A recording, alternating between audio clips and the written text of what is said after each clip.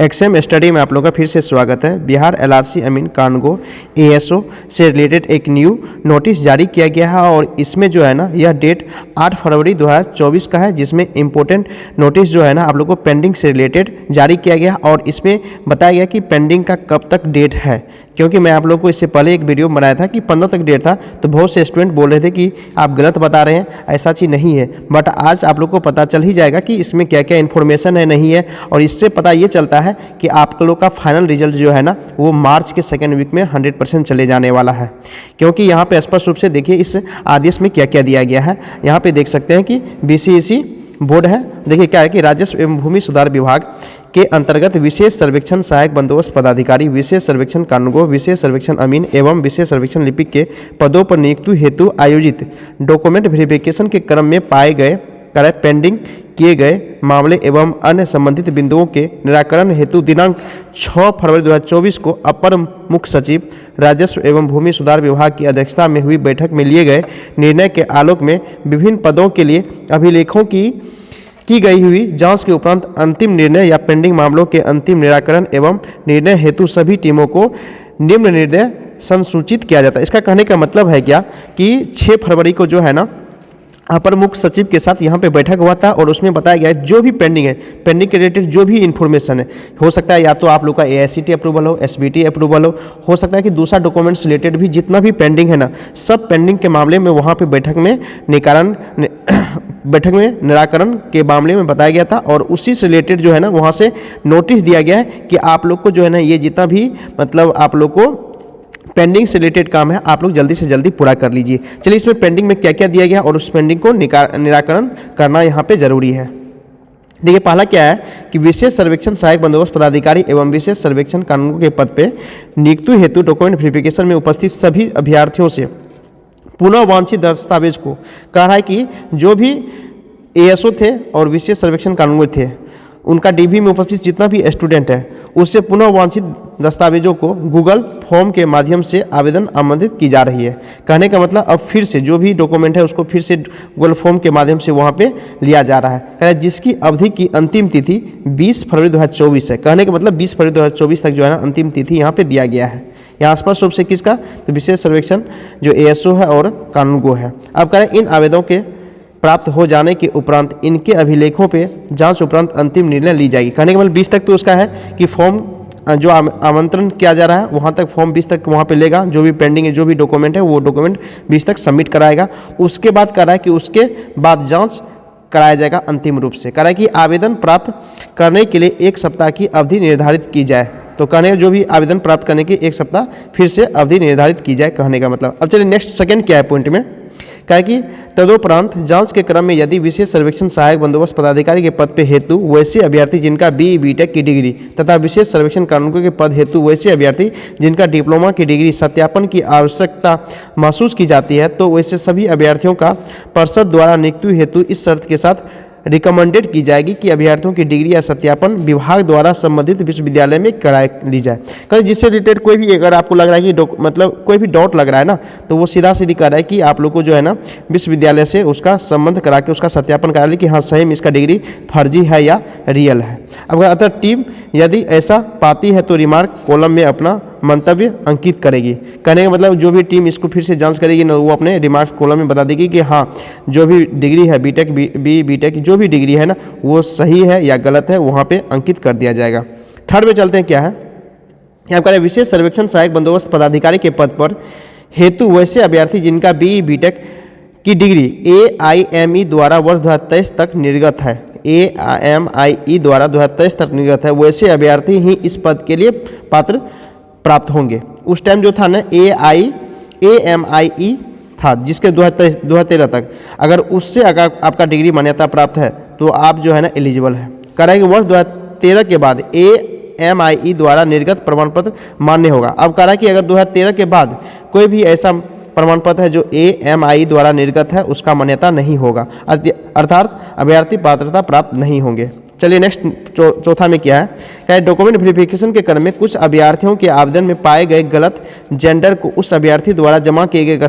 जो कागजात के आधार पर सुधार कर ली जाए। अब यहाँ पे स्पष्ट रूप से कह दिया गया कि मान लो किसी का जेंडर प्रॉब्लम जो मेल हो वो फीमेल लिख दिया हो या फीमेल हो मेल लिख दिया है, तो उसको उसका जो भी और डॉक्यूमेंट है प्रक्रिया है, अगर वो डॉक्यूमेंट जमा करता है तो उसको क्या कीजिए, सुधार कर लीजिए। यहाँ स्पष्ट रूप से कह दिया है इससे भी रिलेटेड। अब चलते हैं नेक्स्ट 5 में क्या, वैसे अभ्यर्थी जो डॉक्यूमेंट वेरिफिकेशन समय ओबीसी सर्टिफिकेट, अब यहाँ स्पष्ट करा है वैसा अभ्यर्थी जो डॉक्यूमेंट वेरिफिकेशन समय ओबीसी सर्टिफिकेट या भारत सरकार के लिए निर्गत एनसीएल जमा किया है जो बिहार सरकार राज्य में नियुक्ति हेतु आरक्षण के लिए मान्य नहीं है। यहाँ स्पष्ट रूप से कह रहा है कि आप लोग को ओबीसी सर्टिफिकेट अगर आप बनाए हो, भारत सरकार से निर्गत भी कराए हो, तो वो जो है ना आप लोग को बिहार सरकार में जो नियुक्ति होती है उसके लिए आरक्षण के लिए मान्य नहीं है। तो आपको जो कास्ट सर्टिफिकेट है या एनसीएल सर्टिफिकेट है वो बिहार सरकार से जो मान्यता है वही आपको लेके जाना है। अगर जो भी स्टूडेंट ऐसा किए हैं, जमा किए हैं, फिर से आप लोग क्या कीजिए, कास्ट सर्टिफिकेट या एनसीएल सर्टिफिकेट बना लीजिए बिहार गवर्नमेंट से रिलेटेड। तो देखिए कह रहा है कि वैसे सभी अभ्यर्थी को 1 सप्ताह का समय देते हुए उनमें से कराए कि कास्ट सर्टिफिकेट या बिहार राज्य के प्रयोजनार्थ निर्गत एनसीएल सर्टिफिकेट प्राप्त किया जाएगा। कहने के बाद आप लोग क्या कीजिए, कास्ट सर्टिफिकेट और एनसीएल सर्टिफिकेट यहाँ पे दे दीजिए, तो आपका जो है ना जो भी डॉक्यूमेंट पेंडिंग किया गया वो पेंडिंग नहीं रहेगा। अब चलते हैं कि एक दिव्यांग के लिए बहुत ही इंपॉर्टेंट है, कहीं डॉक्यूमेंट वेरिफिकेशन के क्रम में कुछ दिव्यांग अभ्यर्थी का दिव्यांगता जो है ना प्रमाण पत्र परिषद द्वारा गठित मेडिकल टीम द्वारा गलत पाया गया। यहाँ स्पष्ट रूप से करा है कि जब आपको भी आप डीवी कराने गए होंगे दिव्यांग अभ्यर्थी, वहाँ पे क्या हो रहा था कि मेडिकल टीम थी वहाँ पे और उसके द्वारा जो है ना जांच किया जा रहा था, और जांच में अगर गलत पाया गया है ना तो करा अतः ऐसे सभी अभ्यर्थियों को दिव्यांग कोटा का लाभ नहीं दिया जाएगा। यहाँ स्पष्ट रूप से कह रहा है कि अगर मान लीजिए वहाँ पे जब आप बीसीसी ऑफिस बोर्ड गए होंगे और वहाँ पे दिव्यांगता वाला जो भी वहाँ प्रशिक्षण हो रहा होगा, अगर वहाँ पे आपका जो भी जितना परसेंटेज चाहिए अगर उतना परसेंटेज नहीं आया होगा तो आपका जो इतना मान लीजिए कि आप जो है ना दिव्यांग कोटा से है ना एलिजिबल नहीं रहेंगे, आप एज ए जनरल में चले जाएंगे। यहाँ स्पष्ट रूप से कह दिया गया है। नेक्स्ट चलते क्या है, डॉक्यूमेंट वेरिफिकेशन के क्रम में कुछ अभ्यर्थी जिनका प्रमाण पत्र राज्य के एसबीटी द्वारा निर्गत है। यहाँ स्पष्ट रूप से कह रहा है कि डीवी के दौरान कुछ ऐसे विद्यार्थी जिनका प्रमाण पत्र राज्य के एसबीटी से निर्गत है परंतु डॉक्यूमेंट वेरिफिकेशन की टीम द्वारा एआईसीटी से मान्यता प्राप्त का प्रमाण नहीं देने के कारण पेंडिंग कर दिया। यहाँ स्पष्ट रूप से कह रहा है कि मान लीजिए कोई भी स्टूडेंट है, एग्जाम्पल के तौर पे मान लीजिए एमपी से किया और एमपी से करने के बाद उसका जो है ना कॉलेज या यूनिवर्सिटी जो भी है अगर वो एसबीटी से मान्यता प्राप्त है, वहाँ के मतलब एसबीटी का मतलब वहाँ के स्टेट के जो टेक्निकल डिग्री है जो देते हैं वहाँ से अगर उसका मान्यता प्राप्त है, बट अगर एआईसीटी से मान्यता प्राप्त नहीं है तो मान लीजिए जिसके कारण क्या हुआ था कि जो भी टीम थी उसके द्वारा वहाँ पे पेंडिंग कर दिया गया था। तो यहाँ पे स्पष्ट रूप से कह रहा है कि अगर मान लीजिए जिन स्टूडेंट का कॉलेज अगर एसबीटी से मान्यता प्राप्त है ना, अगर वो इसका मतलब है कि एसबीटी अगर मान्यता प्राप्त है एसबीटी से कॉलेज, इसका मतलब ये पता चल जाता है कि वो एसबीटी जो है ना एआईसीटी से अप्रूवल है, तो उसका जो भी डॉक्यूमेंट है ना वो डॉक्यूमेंट सही है और उसको क्लियर कर दिया जाए। वही स्पष्ट रूप से कह रहा है कि चूंकि एसबीटी एआईसीटी से मान्यता प्राप्त होती है अतः वैसे मामले का पेंडिंग हटाते हुए उसे क्लियर किया जाए। यहाँ पे भी स्पष्ट रूप से कह दिया गया। अब नेक्स्ट चलते क्या है कि गेस्ट लेक्चर या गेस्ट इंस्ट्रक्टर के रूप में कार्य करने वाले अभ्यर्थी यदि रेगुलर बेसिस के रूप में कार्यरत थे अथवा तो उनका अनुभव प्रमाण पत्र माना जाएगा। कहने का मतलब यहाँ पर जो भी मान लें कि गेस्ट लेक्चर के रूप में या गेस्ट इंस्ट्रक्टर के रूप में है, अगर वो रेगुलर बेस पे वहाँ पे काम कर रहे हैं, मतलब ऐसा नहीं कि एक मंथ काम किए फिर छोड़ दिए, मतलब रेगुलर बेसिस पे काम कर रहे हैं, तो उसका जो भी अनुभव है उसको मान्यता प्राप्त मिलेगा। चलिए नेक्स्ट क्या है 9 में कह रहा है कि एआईसीटी द्वारा approval diploma in engineering college के अन्य कोरस्पॉन्डिंग कोर्स के प्रमाण पत्र मान होंगे। यहाँ स्पष्ट रूप से कह रहे हैं कि एआईसीटी द्वारा अप्रूव्ड डिप्लोमा इन इंजीनियरिंग के अन्य कोरस्पॉन्डिंग कोर्स के मान जो मान्य है वो प्रमाण पत्र मान्य होंगे। कराए एआईसीटी अप्रूवल प्रोसेस हैंडबुक का संबंधित एनेक्स 7 टीम के मार्गदर्शन हेतु संलग्न है। तो इसका कहने का मतलब यहाँ पे जो आप लोग को दिख रहा है ये बहुत ही सोचने की विचारने का काम है। यहाँ पे देखिए क्या है, एआईसीटी द्वारा अप्रूव्ड जो भी एआईसीटी द्वारा अप्रूव है डिप्लोमा इन सिविल इंजीनियरिंग के अन्य कोरस्पॉन्डिंग कोर्स जो भी कोरस्पॉन्डिंग उसके रिलेटेड कोर्स है के प्रमाण पत्र जो है ना वो भी मान्य यहाँ पे रहेंगे। क्या एआईसीटी अप्रूवल प्रोसेस हैंडबुक का संबंधित एनेक्स 7 टीम मार्गदर्शन हेतु संलग्न है। स्पष्ट रूप से यहाँ कह दिया। नेक्स्ट शब्द क्या है, विशेष सर्वेक्षण अमीन तथा विशेष सर्वेक्षण लिपिक के पद पर डॉक्यूमेंट वेरिफिकेशन में उपस्थित वैसे सभी अभ्यर्थी जिन्हें पेंडिंग में रखा गया है उनके उपरोक्त मानक एवं पूर्व में निर्गत निर्णय के आलोक में जांच कर अंतिम निर्णय लिया जाएगा। और पूर्व में निर्गत निर्णय सहज संदर्भ हेतु संलग्न है। यहाँ स्पष्ट रूप से कह दिया कि मान लीजिए जो भी अमीन है, विशेष, यहाँ स्पष्ट रूप से अमीन के लिए बोला है, जो भी विशेष सर्वेक्षण अमीन है या लिपिक के पद पे डॉक्यूमेंट वेरिफिकेशन की उपस्थित सभी जो भी विद्यार्थी उनको पेंडिंग रख दिया गया किसी भी कारणवश से, उनके जो है ना पहले उसको जांच किया जाएगा। जांच के बाद उसके बाद लास्ट में अंतिम निर्णय लिया। यहाँ पे इसका मतलब यहाँ पता चल रहा है कि यहाँ पे कहीं भी जो है ना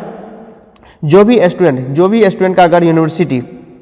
यूजीसी से है, यहाँ पे यूजीसी का कोई स्पष्ट रूप से नहीं दिया गया कि यूजीसी वाले को हम पेंडिंग हटा देंगे, बट यहाँ पे लिख दिया गया है कि जो भी विशेष सर्वेक्षण अमीन है, अगर उनका जो भी मानक है या पूर्व में निर्गत किया गया मानक है उसको अच्छे से जांच करेंगे।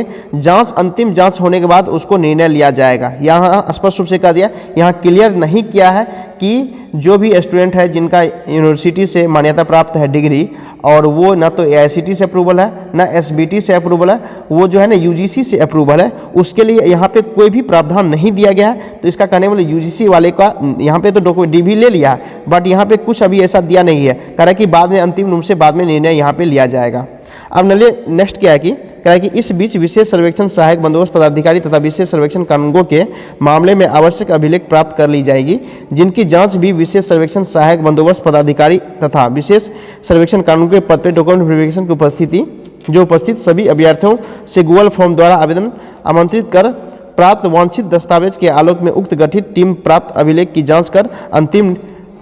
निर्णय करेगी। इसका कहने का मतलब है कि फिर से जो है ना गूगल फॉर्म निकालेंगे। देखिए इसके लिए गूगल फॉर्म जो भी निकालेंगे ना वो आप लोगों को पता चल जाएगा। गूगल फॉर्म यहाँ पे निकाला गया और उससे गूगल फॉर्म निकालने के बाद आप लोग को वहाँ पे डॉक्यूमेंट वेरिफिकेशन के जो भी डॉक्यूमेंट लगेगा वहाँ डॉक्यूमेंट आप लोग को अपलोड करना पड़ेगा। उसका जो भी टीम गठित किया जाएगा उस जाँच के लिए, उसके बाद जब जाँच पूरा क्लियर कर लिया जाएगा तो अंतिम रूप से उसको निर्णय लिया जाएगा कि हाँ सही में कौन कौन सा डॉक्यूमेंट को हम जो पेंडिंग से हटा सकते हैं और किन किन को हम पेंडिंग से नहीं हटा सकते हैं। ये टोटल चीज़ जो है ना, टोटल 11 चीज़ जो है ना ये बैठक में किया गया था आप लोग को। और बैठक कब हुई थी देखिए यहाँ स्पष्ट रूप से बताया गया है, बैठक 6 फरवरी को 2024 को हुआ था। अब चलते हैं इसमें, यही चीज़ यहाँ पे अनिल कुमार सिन्हा जो विशेष कार्य पदाधिकारी है और दिनांक ये जो 8/2/2024 को ये जो है ना आप लोग को निकला गया था। और यहाँ पे देखिए प्रतिलिपि कहाँ कहाँ दिया गया है। देखिए प्रतिलिपि कहाँ पे है, सभी संबंधित पदाधिकारी को सूचनार्थ एवं आवश्यक कार्यरत प्रेषित है। नोडल पदाधिकारी भू अभिलेख एवं परिमाप निर्देशालय राजस्व एवं भूमि सुधार विभाग सभी टीम के सदस्यों को सूचना आवश्यक कार्य है। कहने का मतलब ये सब जो प्रेषित कर दिया गया है कहाँ कहाँ, यहाँ पे भी लिख दिया गया है कि कहाँ कहाँ ये प्रेषित करके उसको दे दिया गया है। अब मैं आप लोगों को कुछ बताना चाहता हूँ कि जो भी स्टूडेंट है अब उनका देखिए बहुत से स्टूडेंट अभी भी कह रहे हैं कि सर जल्दी से जल्दी रिजल्ट आ जाए। अब इससे पता चला ना कि आप लोग का रिजल्ट में टाइम लगेगा, क्योंकि रिजल्ट इतना जल्दी नहीं आने वाला है, क्योंकि अभी 20 तारीख को निर्णय लिया जाएगा, उसके बाद 1 वीक लिया जाएगा। तो इसका मतलब है फरवरी आप लोग का पूरा कंप्लीट हो जाएगा। और फरवरी कंप्लीट होने का मतलब है कि आप लोग को मार्च के सेकेंड वीक में आप लोग को प्रोविजनल लिस्ट जारी किया जाएगा, प्रोविजनल फाइनल लिस्ट जारी किया जाएगा, क्योंकि उससे पहले आप लोग का जो है नहीं होने वाला है। जो मैं इससे पहले भी मैं आप लोगों को बोल रहा था प्रीवियस वीडियो में, जिसमें बहुत से स्टूडेंट कमेंट किए थे कि सर आप गलत बता रहे हैं, आपके पास कहाँ से ऐसा इन्फॉर्मेशन आया है। तो ये इससे आप लोग को भी पता चल जाएगा, कोई भी काम अगर थोड़ा सा लेट होता है तो उसका फाइनल लिस्ट में भी कुछ ना कुछ लेट हो जाता है। तो चलिए आप लोग को ये जो भी इन्फॉर्मेशन था, न्यू इन्फॉर्मेशन था, न्यू नोटिस था, वो आप लोग को टोटल बता दिया। जो भी अगर आप लोग को समझ में नहीं आया इससे रिलेटेड आप मुझे कमेंट करके ज़रूर बताइएगा, उसका आप लोग को कमेंट में रिप्लाई मिल जाएगा। चलिए मिलते हैं नेक्स्ट वीडियो में। कुछ भी इससे रिलेटेड अगर इन्फॉर्मेशन आएगा बिहार एलआरसी से रिलेटेड तो सबसे पहले एक्सएम स्टडी चैनल पे आप लोग को मिल जाएगा। तो एक्सएम स्टडी चैनल को जरूर सब्सक्राइब कर लीजिएगा, क्योंकि आप लोग को एलआरसी से रिलेटेड हर एक चीज़ का इन्फॉर्मेशन यहाँ पे सबसे पहले मिलता है।